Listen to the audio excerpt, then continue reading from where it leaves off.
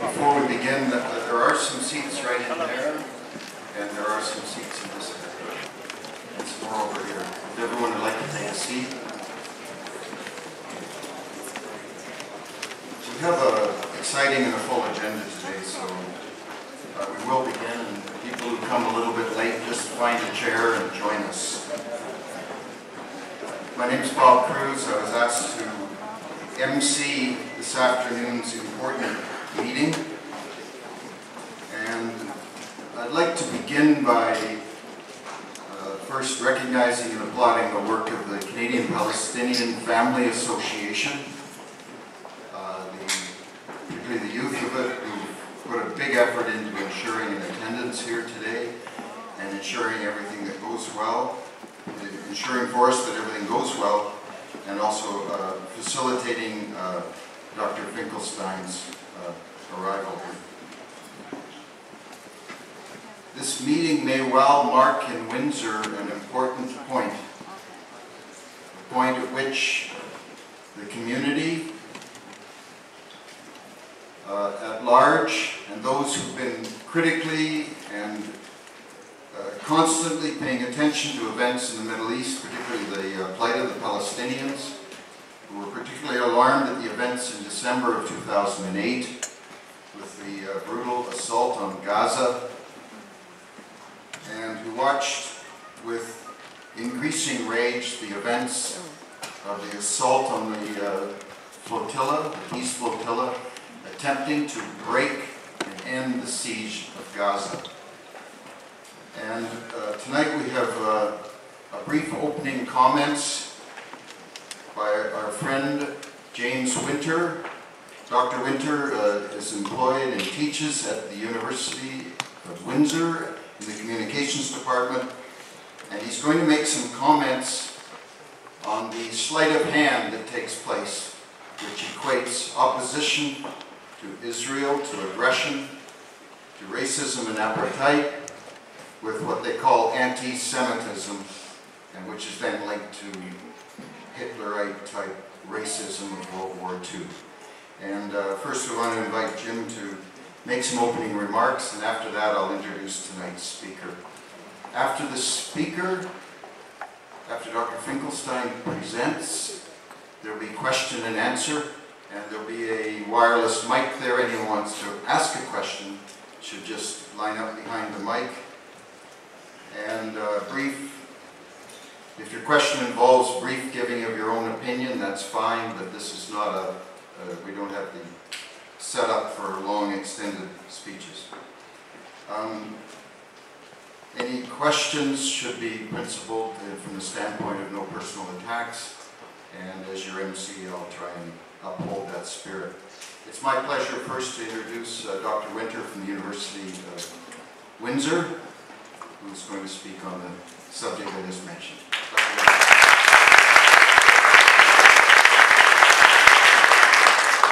Well, thanks to Bob and the students and organizers for inviting me to make a few comments.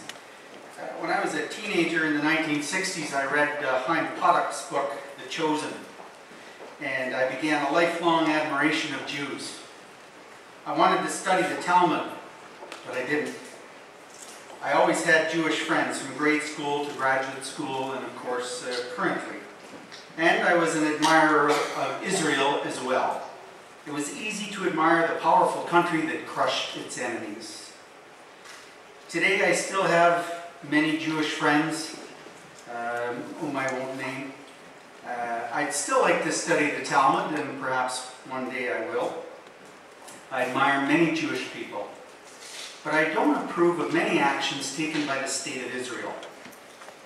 Does that make me anti-Semitic?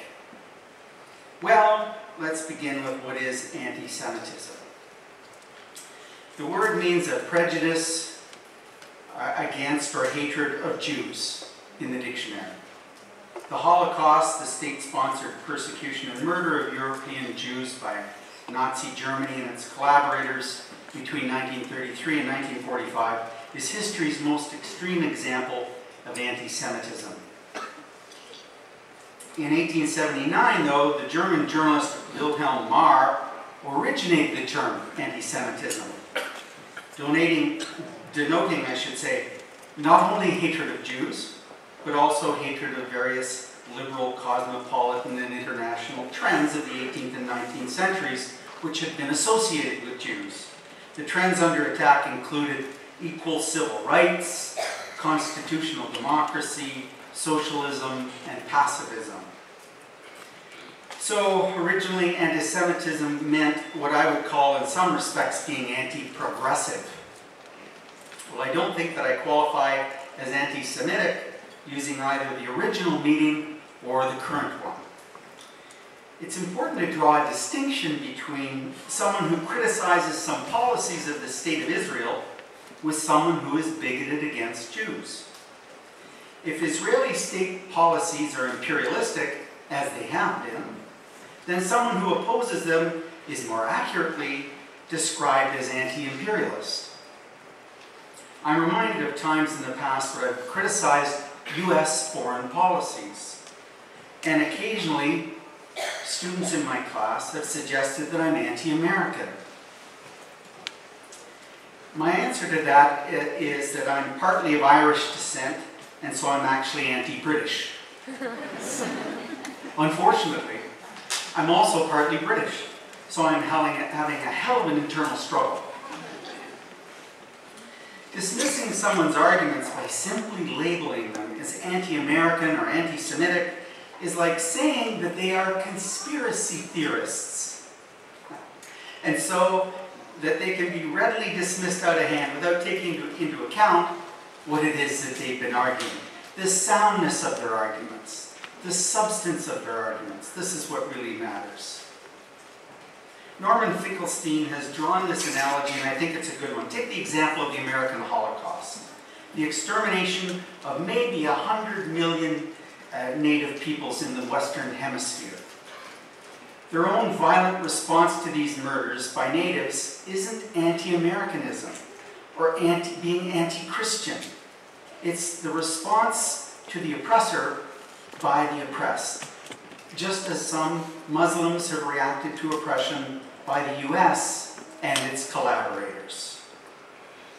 When the Conservative government of Stephen Harper, the federal government in Canada, recently announced it's not going to make the long form of the Canadian census mandatory any longer, I signed a petition against this. I oppose many actions by the Harper government. This doesn't make me anti-Canadian. When Noam Chomsky opposes Israel and U.S. foreign policy, it doesn't make him a self-hating Jew or a Holocaust denier. And the same holds true for Dr. Norman Finkelstein. Is there anti-Semitism out there? Certainly.